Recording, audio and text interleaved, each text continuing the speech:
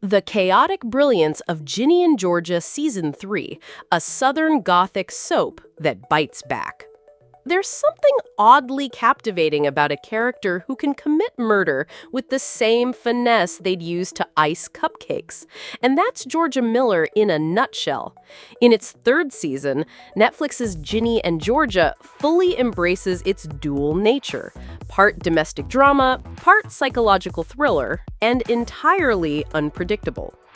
Picking up moments after Season 2's jaw-dropping finale, Georgia is arrested at her wedding, in her Cinderella blue dress, no less, for the mercy killing of a comatose man. The press wastes no time dubbing her the mayoress murderess, and so begins another whirlwind ride of secrets, lies, and increasingly bold storytelling. With a new showrunner, Sarah Glinsky, at the helm, the show not only keeps up its chaotic energy, it wields it like a weapon. Brianne Howey once again dazzles as Georgia, shifting seamlessly from manicured charm to messy breakdowns.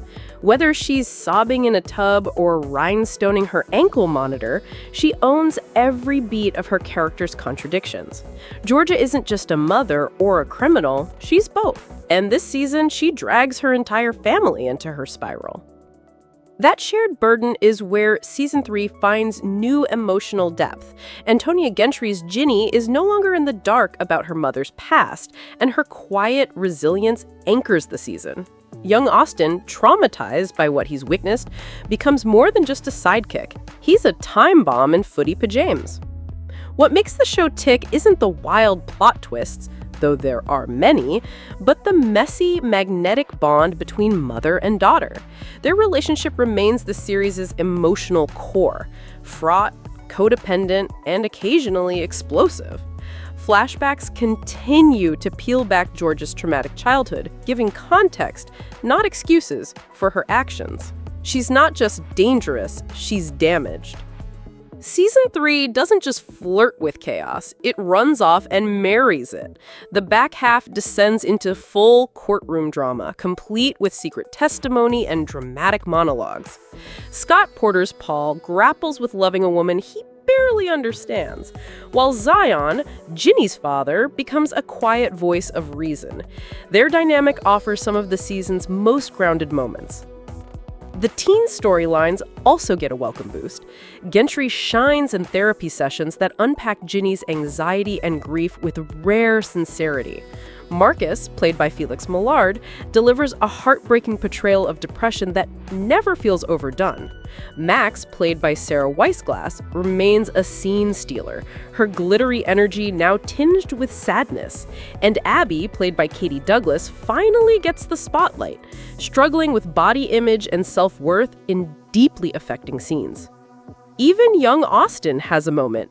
His silence, once background noise, now speaks louder than words.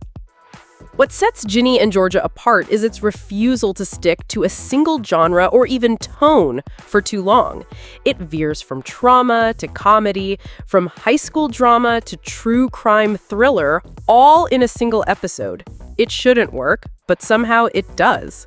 The series walks a fine line between sincerity and satire, constantly daring the viewer to take it seriously before pulling the rug out again.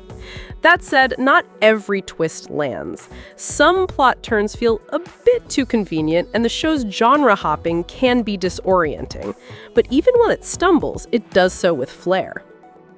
The season ends with a brutal cliffhanger, one that promises an even darker, more personal reckoning in Season 4. Through all its glossy dysfunction and narrative mayhem, the show remains a survival story about mothers doing their best with broken tools, about daughters learning when to hold on and when to let go.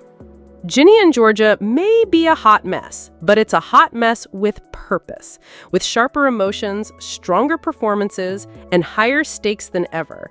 Season 3 proves this show isn't just still kicking, it's kicking harder than ever.